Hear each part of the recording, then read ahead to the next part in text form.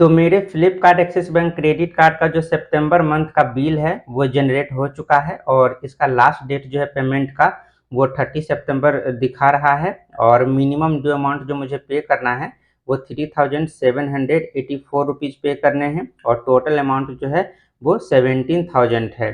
तो इस वीडियो में मैं आपको एक मैसेज देना चाहता हूँ। एक्चुअली वो जो मिनिमम ड्यू अमाउंट होता है, ये वाला जो मिनिमम ड्यू अमाउंट है, अगर आप ये पेमेंट करते हैं तो आपके ऊपर किस तरीके से फाइन लगाए जाते हैं, कितने इंटरेस्ट रेट होता है, ये सारा इस वीडियो में मैं आपको डिटेल में बताने वाला हूं। क्योंकि यूट्यूब पे जितने भी वीडियो है उसमें आपको एक थियोरेटिकल बताया जाता है कि मिनिमम ड्यू अमाउंट पे करने पे आपको कितना चार्ज लगता है। पर इस वीडियो में मैं आपको प्रैक्टिकली जो मैंने मिनिमम ड्यू अमाउंट पे किया था तो वो डेटा आपको शो करूंगा कि मुझे जो है वो कितना परसेंट का चार्ज किया गया है। वीडियो आप पूरा देखना, क्योंकि अगर आप क्रेडिट कार्ड यूज करते हैं तो इस वीडियो से आपको काफ़ी ज़्यादा इन्फॉर्मेशन मिलने वाली है। तो जैसे कि आप यहाँ पे देख सकते हैं, ये जो मेरा जितना भी ईएमआई चल रहा है वो ईएमआई है और ईएमआई के ऊपर हर महीने जो इंटरेस्ट लगती है वो इंटरेस्ट है, सॉरी जीएसटी है। और इसके बाद ये मेरा ईएमआई दूसरा चल रहा है और फिर इस पे जो जीएसटी लगता है वो है। तो इन सारे के अलावा भी एक और मुझे जो है वो इंटरेस्ट लगाया गया है और वो है डेबिट इंटरेस्ट। और ये वही इंटरेस्ट है जो मैंने पिछले महीने जो है मिनिमम ड्यू अमाउंट पे किया था। और मैं आपको वो भी दिखा दूं, जो पिछले महीने का यानी कि अगस्त के महीने का जो मेरा मिनिमम ड्यू अमाउंट था वो करीब करीब 2400 रुपीज़ था। मैं आपको वो भी यहाँ पे दिखा ही देता हूँ। तो जैसा कि आप देख सकते हैं, ये मेरा ईमेल का स्क्रीनशॉट है। मैंने ईमेल का है, ये ईमेल में जो स्टेटमेंट आता है वो है। और अगस्त के महीने में जो मेरा मिनिमम ड्यू अमाउंट था वो 2482 रुपये था और टोटल 14,600 था। और इसका लास्ट डेट पेमेंट का जो था वो 30 अगस्त था। तो मैंने 30 अगस्त को ही सुबह के टाइम में जो है वो 2500 रुपये पेमेंट कर दिए थे, यानी कि मिनिमम ड्यू अमाउंट।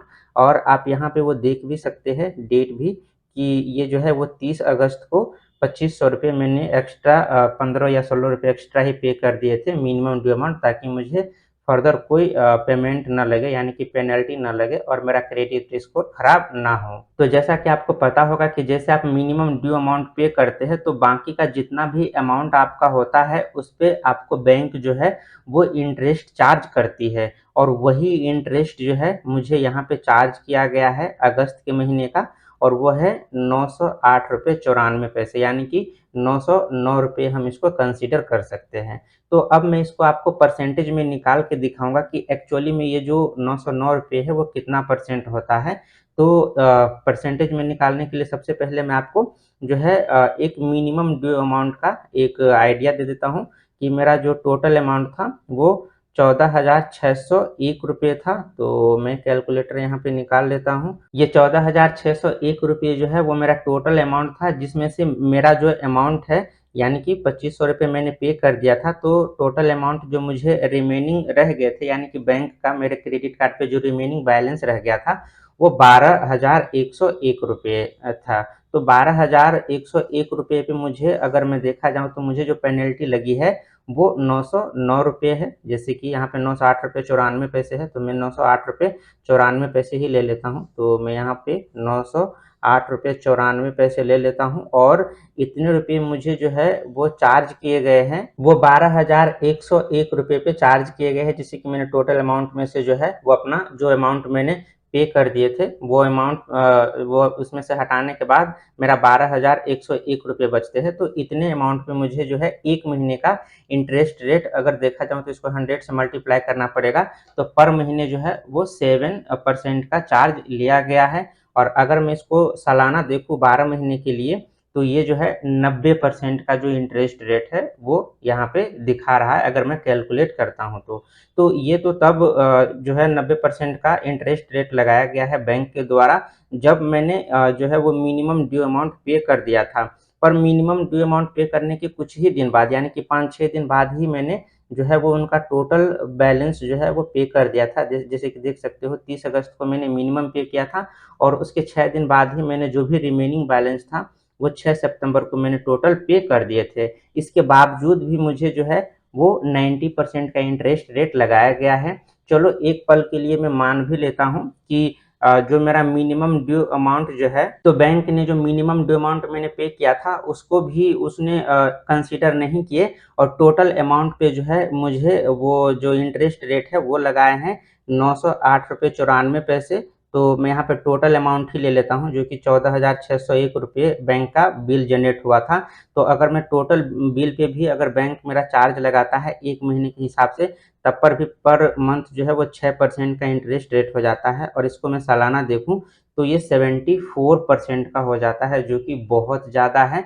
तो मैं तो यही कहूँगा कि अगर आपके पास बहुत ज़्यादा इमरजेंसी हो पैसे का तभी मिनिमम ड्यू अमाउंट पे करें, अदरवाइज़ आप हमेशा फुल अमाउंट ही पे करें, क्योंकि इसका इंटरेस्ट रेट जो होता है वो सच में बहुत ज़्यादा हाई होता है। इससे तो ज़्यादा अच्छा आप लोकल में किसी से पैसे लेके आपको जो है वो 2-3% पे मिल जाएँगे और आप उनको पेमेंट कर सकते हैं। पर मिनिमम ड्यू अमाउंट कभी भी पे ना करें, बशर्ते कि इसका एक ही फ़ायदा मिलता है आपको कि आपका सिबिल स्कोर बच जाता है और कोई फ़ाइन नहीं लगता है। लेकिन जो फ़ाइन से आप बचते हैं उसका 3-4 गुना ज़्यादा आपको इंटरेस्ट लग जाता है। तो आप ये मत सोचना कि आप फ़ाइन से बच गए, आप डबल फ़ाइन एक तरीके से बैंक को दे देते हो। और ये तो 1 महीने का मिनिमम ड्यू अमाउंट पे करने का ये असर है। अगर इसको 1-2-3 महीने अगर आप ले जाते हैं, हर 2-3 महीने अगर आप मिनिमम ड्यू अमाउंट पे करते हैं, तो फिर आपका जो ये इंटरेस्ट है वो बहुत ज़्यादा हो जाता है। यानी कि 6 महीने में आपका जितना, जैसे कि 14,000 मेरा जो है वो एक्चुअल अमाउंट है जो मैंने स्पेंड किया है और इसको मैं 5-6 महीने तक मिनिमम ड्यू अमाउंट पे करता हूँ, तो 14,000 पे 14,000 का मेरा फाइन भी लग जाएगा, तो टोटल 28,000 का बिल हो जाएगा। तो हमेशा ध्यान रखें कि मिनिमम ड्यू अमाउंट कभी भी पे ना करें। तो ये तो था, मैंने दिखाया कि एक तो 74% था और दूसरा जो है वो आपको मैंने दिखाया था वो 90% था जब मैंने मिनिमम ड्यू अमाउंट को माइनस करके पे किया था। तो ये एक्चुअली में इतना नहीं बैंक क्लेम करता है। बैंक बताता है कि मैं जो हूँ वो मिनिमम ड्यू अमाउंट पे करने पे 35 से 40% का ही इंटरेस्ट रेट चार्ज करता हूँ। पर मैंने जो अभी कैलकुलेट, और ये जो 35 से 40% है इसको मंथली अगर देखा जाए तो ये 3-3.5% के आसपास आता है। पर मैंने जो आपको अभी कैलकुलेट करके दिखाया था वो मंथली जो है वो सीधा डबल हो जा रहा था, 7% 8% जा रहा था। तो वो एक्चुअली में कहाँ ऐसे जो है, मतलब जो कस्टमर होते हैं वो कहाँ फँस जाते हैं। तो ये बैंक के जो होते हैं वो बहुत सारे टर्म और कंडीशन होते हैं जो एक्चुअली में अच्छे-अच्छे जो पढ़े-लिखे लोग होते हैं, वो भी स्टार्टिंग में नहीं पढ़ते हैं। फिर बाद में जब वो फँसते हैं तब उनको जो है ये डिटेल समझ में आता है कि आखिर इतने ज़्यादा इंटरेस्ट लगे कहाँ पे हैं। तो एक्चुअली में जो बैंक है वो 35 से 40% या 50% के अंदर ही अंदर आपको इंटरेस्ट रेट चार्ज करते हैं। लेकिन ये जो 70, 80 या 90% तक जाते हैं, उसके पीछे इनका ये टर्म कंडीशन है। ये वाले पॉइंट को आप ध्यान से पढ़ना। The interest rate is charged from the date of purchase, यानी कि बैंक आपको इंटरेस्ट रेट चार्ज करते हैं मिनिमम ड्यू अमाउंट पे। ये वो इंटरेस्ट रेट होता है जो सिर्फ पिछले महीने का नहीं आपको चार्ज करते हैं बिल जनरेट होने के बाद। अक्सर जो कस्टमर होते हैं वो यहीं पे फंसते हैं कि उसको लगता है कि जिस तारीख को मेरा बिल जनरेट हुआ था तो उसको जो इंटरेस्ट पे करना पड़ेगा वो सिर्फ पिछले महीने का होगा, पर ये बिल्कुल ही गलत है। जैसे कि मैं अपने केस में दिखा देता हूँ, उसको 2 महीने का इंटरेस्ट रेट पे करना पड़ता है। मैं भी आपको प्रूफ दिखा देता हूँ। जैसे कि आप यहाँ पे देख सकते हैं, मेरा जो अगस्त महीने का ये बिल है, तो मैंने अगस्त से पहले जुलाई में जो मैंने शॉपिंग किया था, तो जुलाई का भी पूरा इंटरेस्ट रेट मेरे से लिया गया है और अगस्त महीने का भी पूरा इंटरेस्ट लिया गया है। तो 2 महीने का जो है वो इंटरेस्ट रेट लिया गया है। तो अगर 1 महीने का ऑन एवरेज हम 45% भी इंटरेस्ट रेट मानते हैं, तो 2 महीने का मिला करके 90% का इंटरेस्ट रेट हो जाता है, जो कि मैंने आपको कैलकुलेट करके दिखाया था। तो इस हिसाब से आपका जो इंटरेस्ट रेट है वो 1 महीने का नहीं लगता है मिनिमम ड्यू अमाउंट पे, वो 2 महीने का लगता है। तो इन बातों का आप ध्यान रखें। तो मिनिमम ड्यू अमाउंट कभी ना पे करें, सच में बहुत ज़्यादा इनका फाइन होता है। बाकी इस वीडियो से रिलेटेड या फिर मिनिमम ड्यू अमाउंट से रिलेटेड कोई भी आपके क्वेरीज है तो आप मेरे से कमेंट सेक्शन में पूछ सकते हैं। मैं वहाँ पे आपको पक्का ही गाइड कर दूंगा, वो भी प्रॉपर गाइड करूंगा, क्योंकि मैंने खुद भी जो है मिनिमम ड्यू अमाउंट पे करके इंटरेस्ट पे किए हैं। तो मुझे जो है एक आइडिया लग गया है कि बैंक किस हिसाब से आपको इंटरेस्ट रेट चार्ज करती है मिनिमम ड्यू अमाउंट पे। तो आपको मैं कमेंट सेक्शन में जरूर ही गाइड कर दूंगा।